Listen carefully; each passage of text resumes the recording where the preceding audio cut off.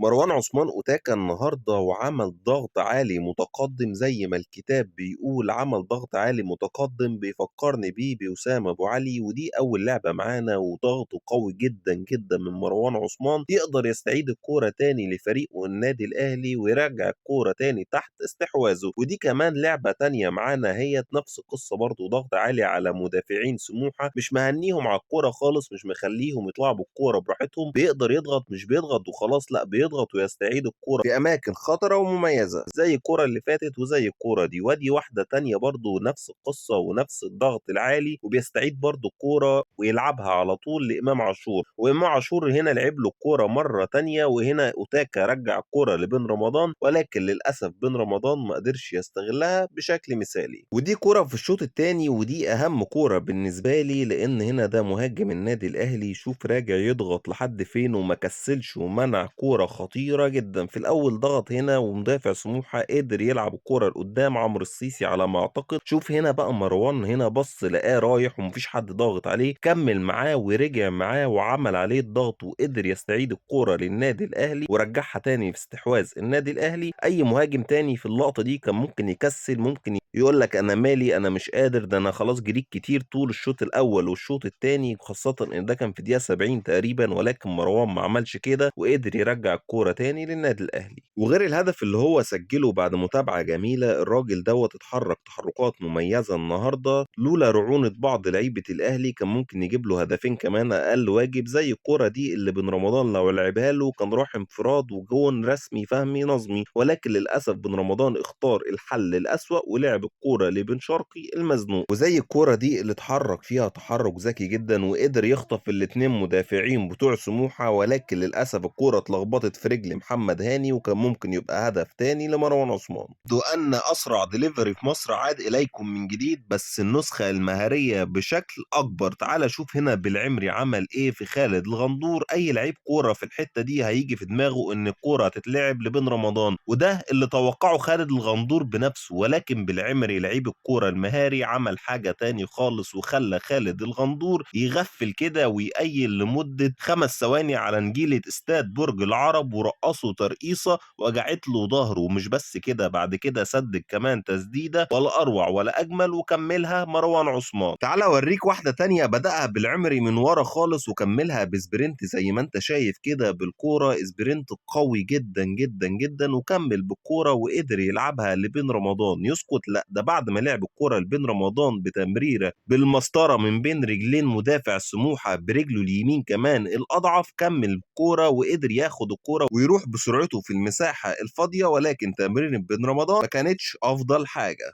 تعالى يا تدليس اقول لك ان الكرة دي مش ضربة جزاء ولا حاجة. تعالى شوف الزاوية دي، الكرة الراجل بن رمضان لامس الكرة ولاعب الكرة ولاعب على الكرة وقاطع الكرة، فهي الكرة هنا مش ضربة جزاء. عشان انت عارف انت عمال تدلس وتقول رمضان ومش رمضان وحتى في رمضان، وكل ده تدليس عشان تعلق على الشماعة بتاعتك لما تخسر بكرة من زد ان شاء الله ان الاهلي بيكسب بالحكام، وانت وراك ايه غير كده اصلا. ودي اكتر زاوية بتوضح ان الكرة دي ما فيهاش اي حاجة. زي برضو ما في واحد زملكاوي هنا مشي وراهم بعد كده لما لقى نفسه غلطان راح ماسح البوست، بس الحمد لله انه مسح البوست ما كملش في الهبد اللي هم بيهبدوه والشماعه بتاعتهم اللي ما بتخلص وما بتنتهيش.